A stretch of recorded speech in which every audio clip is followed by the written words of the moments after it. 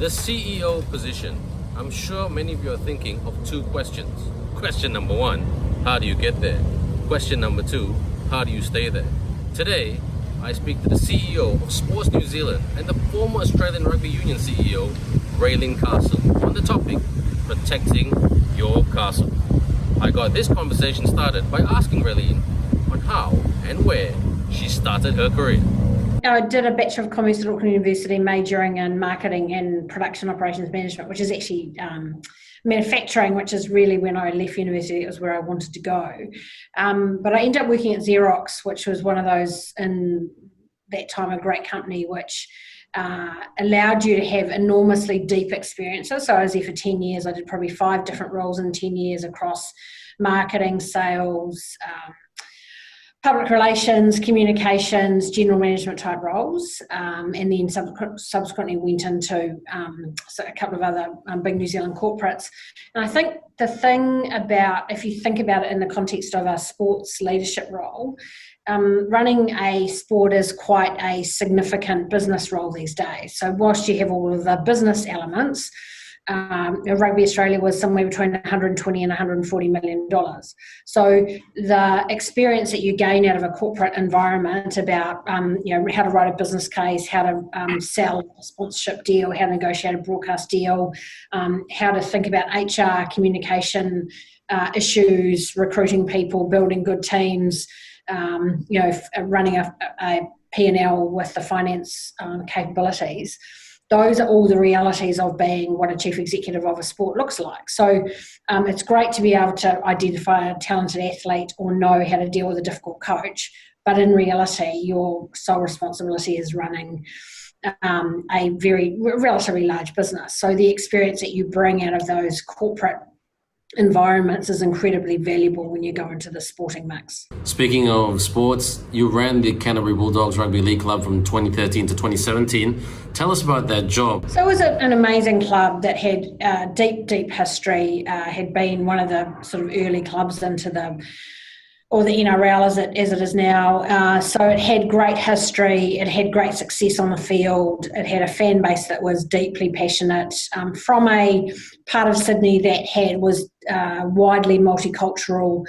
So it had a really interesting melting pot of different people from different backgrounds and different cultures, a particularly strong Lebanese base, particularly quite a large Muslim population, which is a really interesting overlay in a Sydney environment.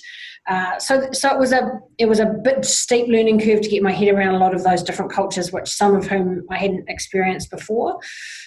There was a curiosity with the fact that I was a woman coming into rugby league, and what did that look like, and how was I going to go about things, and what was I going to do. And I walked into a situation where I had a head coach who was a very demanding head coach, Des Hasler, who had been through 12 CEOs in 13 years, and so he'd never really found a way to form a strong working relationship with a CEO, and I'm very proud of the fact that Des and I formed a very strong working relationship and ended up working really well together, and we remain close friends today. And he realised the value of having a CEO that could help him achieve the things that he wanted to achieve, and the yin and yang of those two relationships, so that they can actually work together, and you're not playing in his sandpit, and equally he's helping you, support you in delivering the things that you want to. How you bring a club like that together and make it commercially viable so that a sponsor wants to step forward and put their name on the front of your jersey. What is the culture of your club? How are the professional, your athletes? They make sure they're staying out of the paper. They're not getting caught doing the things that they shouldn't be doing. So, those were some of the challenges. I think, bringing a major sponsor like Kia to the table, which was, a big international car brand, was important. Building that good relationship and bringing the high performance programs together with the community piece. We grew our female membership of the Bulldogs. So yeah, there was lots of positive things, lots of learning certainly, and to have a club that has that much history and take it to a grand final is an incredibly special experience. Tell us about the job after that, the Australian Rugby Union, the big CEO job. How did that job come about?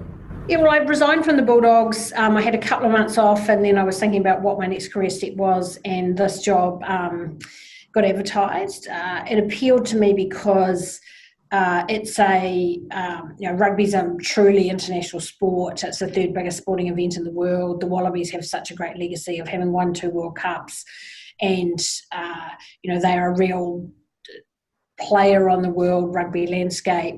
Whilst challenged at a domestic level because of the big voices that is AFL and NRL. Super Rugby still holds its own as an international rugby competition. So all of those things were interesting to me. I did a lot of due diligence and talked to people about where the opportunity was in the rugby landscape. And I was excited to put my name forward, and then it went through an incredibly long interview process. I had 6 interviews, including being interviewed by all of the chairs of all of the Super Rugby clubs and every board member before they actually appointed me. So it was a really thorough and deep appointment process. And the good thing about that is I started that job with some real support from all of those people, as I stepped into the new role. There was a very public and well-known issue in relation to Israel Folau and his use of social media. And there's no doubt that was an issue that captured the imagination of many people across the spectrum in the sporting world, and not just the sporting world, because actually I had a lot of my CEO friends and colleagues who looked at, that were running corporates, that looked and said, goodness me, what would we do if we found one of our very high profile employees in that same situation? So would they have had the HR policies to stand up to actually be able to deal with that situation? So it was a moment in time that changed the landscape for how people's HR policies were reviewed to think about the use of social media, and would they be able to deal with a situation, and how would they deal with a situation like that. It garnered a huge amount of media coverage and also opinion from people from all parts of the challenged sides of the discussion, whether it be the gay community who were offended, or the Christian community that felt that they, should have had a voice that they could use whenever they wanted to. At the end of the day, for all of that complexity, it was quite simple. There was an employment contract, it had expectations in it, we believe those were breached, and it didn't sit with the values of Rugby Australia. One of the big values, or one of the key values of Rugby Australia, was inclusion. We had a very strong piece of our culture, which was about making sure that everyone felt included regardless of their background, race, creed, colour, or gender. And we believe that those comments didn't fit with that inclusion policy. So for us, we had to stand up to our values, and we had to stand up to our employment contracts, and we had to make some really difficult decisions. Was there some learnings along the way about how we could have dealt with that differently? Of course there was. You can't go through a crisis of that size with that much media attention and think, gee, there's some things that I would have done differently. There's a fine balance between inclusion and diversity. And, I've said on the record previously that in some ways they're all in water. You can't actually have completely diverse environments and have everyone think that they have a right to be bring their diverse views to the table. If you want inclusion, because the reality of that is that everyone should be included, so you need to present your perspectives in a really respectful way. And that's probably the big learning, is that, everyone should be able to express their views in a world where we should be able to step up in freedom of speech. But you can't do that in a way that offends people or makes them feel uncomfortable or threatened.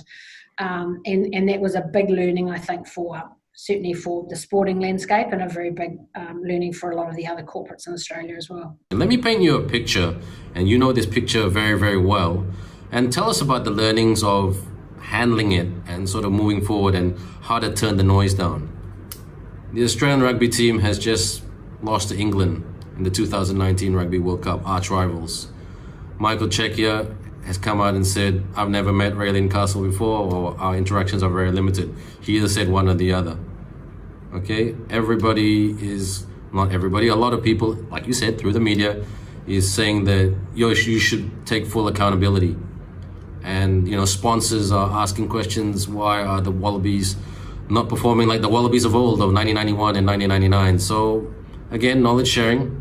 How's the best way to handle it, to turn the noise down? The most important thing is you have to have a plan about how you're going to deal with.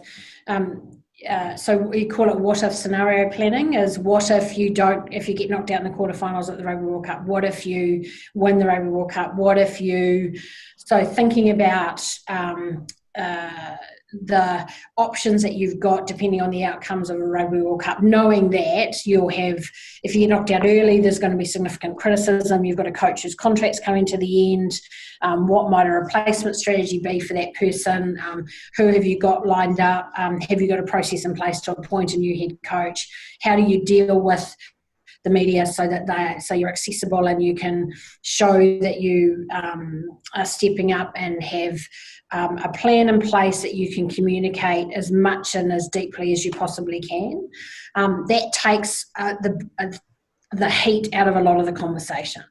Now, that's not always straightforward because you've got personalities and you've got people and you've got certain commentators thinking that this person should be coach or that we should only consider that person, or so there's lots of speculation that you're dealing with. But to summarise, you need to have thought about the different scenarios that might happen going into a Rugby World Cup and be able to bring out whichever plan it is depending on when you get knocked out. You've got to be able to communicate that plan in a way that says people can understand it and look like you've got control of the situation and you're moving it forward, and then you need to be able to execute on that plan.